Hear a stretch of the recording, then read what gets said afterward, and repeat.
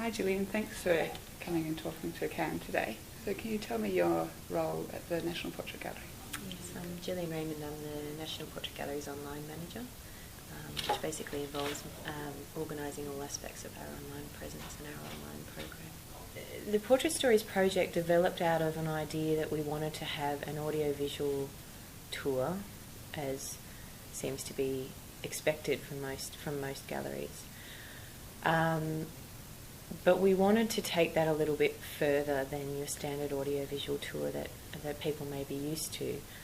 And we saw that it presented us with quite a lot of opportunities in terms of what content we delivered to the public. So we basically went away and researched 60 works in the collection, found some interesting stories. The brief was that we had to discover a story or a few stories about the particular person that weren't already written up in a label or weren't already written up in the description about the artwork on the website. Something else, something different to the usual information that people can get about biographical information about people's lives. So we worked with a production company to develop these stories, and the great opportunity that the Portrait Stories project presented was the fact that we actually could get lots of video content.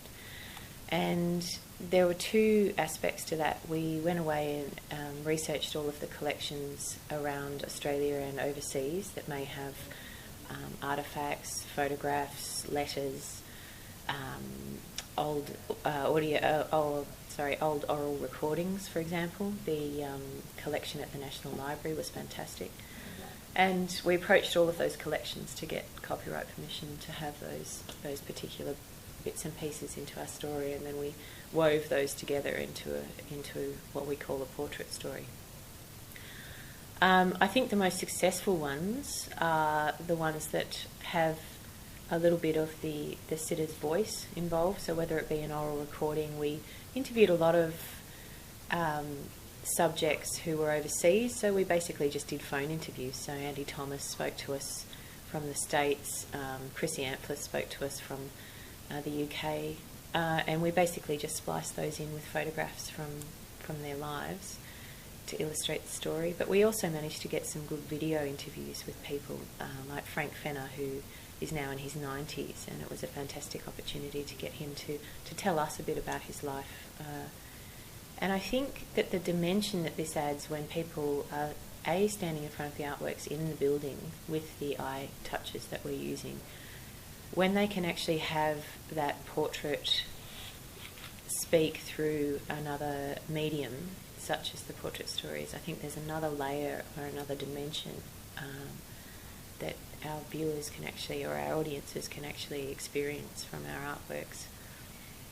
We, obviously we're always went into the project with the idea that it was not just going to be an audiovisual tour for people who managed to make it to the Portrait Gallery.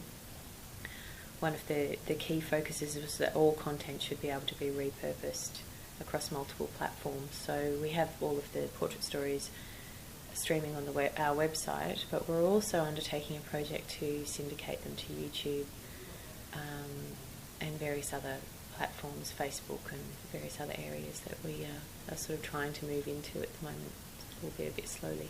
In order to syndicate the stories across multiple platforms, it was a little bit of a learning curve for us, and we did learn some valuable lessons in terms of copyright.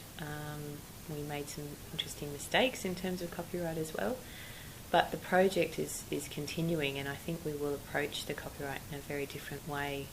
When we initially licensed for the Portrait Stories, we licensed for our website and for display in the gallery, which was a big mistake in terms of actually not having permission to then display those stories on any other website.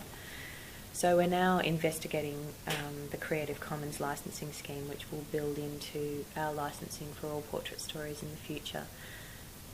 We will restrict things to share alike, so that's the most restrictive Creative Commons license, which will be more of a viral license, but we're hoping that that will give us the flexibility that we need to send our content out to various different platforms. We have a set of eye touches that people can borrow. They're free of charge at the moment. We're still developing them. We initially went into the entire project.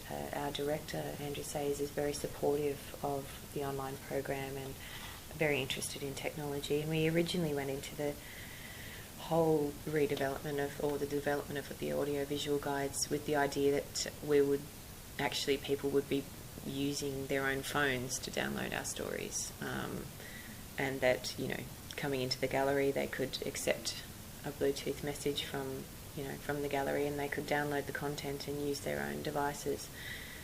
We investigated that for quite a few months, and it actually turned out that whilst the technology is there, the telecommunication companies weren't actually coming to the party in terms of content delivery. It would just be prohibitive in terms of costs for our public to pay for it, and if we were to enter into a sponsorship arrangement with one particular telco, then that isolates everyone else who happens to be on a different plan with a different company.